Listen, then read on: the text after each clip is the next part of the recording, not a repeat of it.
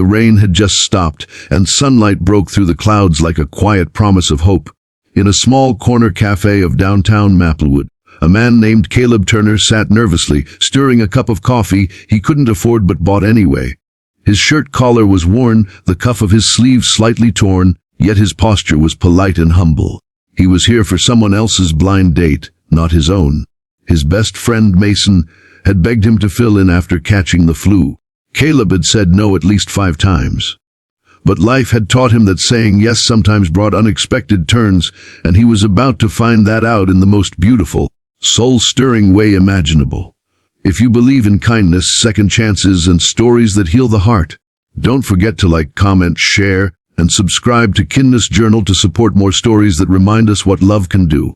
Caleb was a single dad, 35, raising his 8-year-old daughter Rosie, in a modest apartment with thin walls and second-hand furniture. Every morning started before sunrise, making oatmeal, packing a small lunch, walking her to school before heading to his mechanic job across town.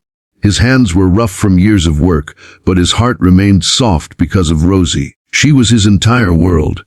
Her laughter was his reason to keep breathing. Life wasn't easy, but Caleb didn't complain. After his wife passed away 3 years ago from a sudden illness, he learned to live in the quiet ache of loneliness, finding peace in small things.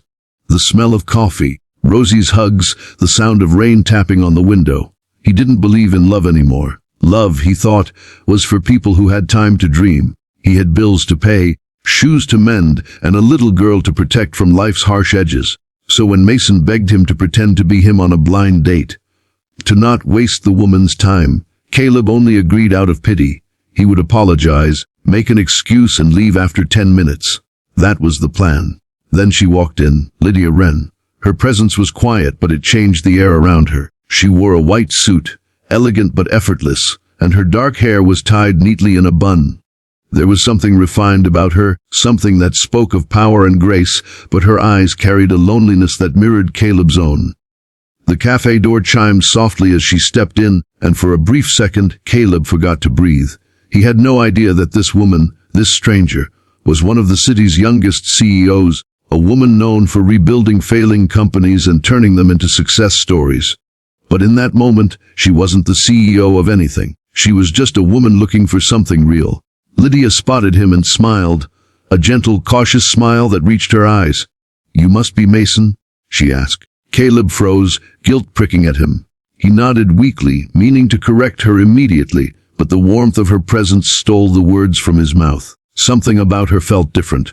She wasn't what he expected, not pretentious or impatient. There was a calm sincerity in her tone that made him feel seen.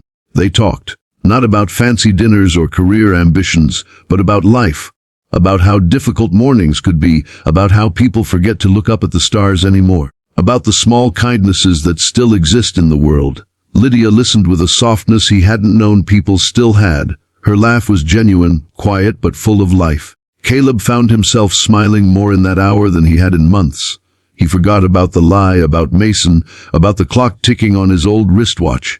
For that brief moment, he was just a man sharing coffee with a woman who made the world feel warm again.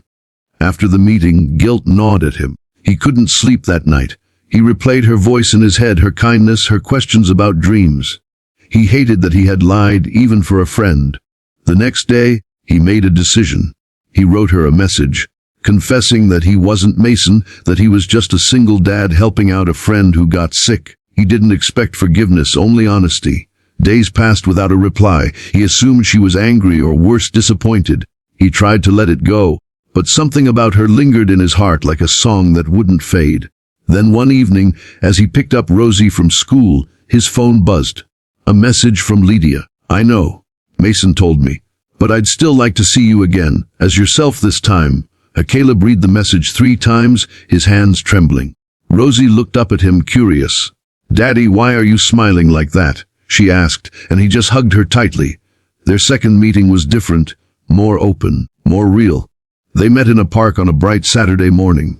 Rosie came along because Caleb couldn't afford a babysitter. He apologized for it, but Lydia only knelt down, smiled at Rosie, and said, "Ha, I like your shoes." Rosie giggled, and in that moment something beautiful began to bloom. They spent the afternoon feeding ducks, laughing and sharing stories about childhood. Lydia watched Caleb with Rosie, the way he tied her shoelace, the way he listened to her silly stories, and something inside her softened. She saw the kind of love she had always longed for but never found in her world of corporate meetings and lonely penthouses. As weeks turned into months, their worlds began to merge. Lydia visited the garage where Caleb worked, often bringing coffee for everyone. The other mechanics would wink and whisper, but Caleb didn't mind. For the first time in years he felt seen, truly seen. Lydia, on the other hand, found herself sneaking away from boardrooms just to spend time in that small, noisy workshop where oil stains couldn't hide kindness. But not everything was easy. Rumors began to spread in Lydia's company. Whispers that she was seeing someone below her class. Her board members questioned her judgment, reminding her of image, reputation, and control. Lydia was torn between the world she built and the world she wanted. Caleb, too, began to pull away, convinced that love like this wasn't meant for men like him.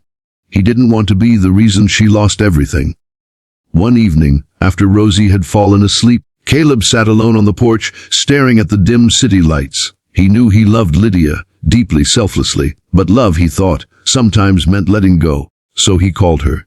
His voice was quiet, steady. "You deserve someone who can walk beside you without making you choose between love and your life," he said. There was silence on the line, the kind that breaks hearts. Lydia didn't reply. She hung up. For 2 months they didn't speak. Lydia buried herself in work, attending charity events and board meetings that felt emptier than ever. Caleb kept fixing cars, tucking Rosie into bed, and pretending he was okay. But love has a way of finding the people brave enough to hold it, even when it hurts. One morning Rosie handed her father a letter. "This came for you," she said, eyes sparkling. The envelope was cream-colored with elegant handwriting that made his heart stop. Inside was a note. "Sometimes love doesn't fit into the life we planned. But maybe it's exactly what we need to feel alive again. Meet me where it began." Caleb rushed to the cafe. It was the same place where they first met, sunlight spilling through the window, the same table by the corner. Lydia was there, wearing a soft blue dress instead of her usual suit. Her eyes were red, but her smile was steady. "I tried living without you," she whispered when he sat down. "It didn't work." Caleb couldn't speak. All he could do was reach for her hand.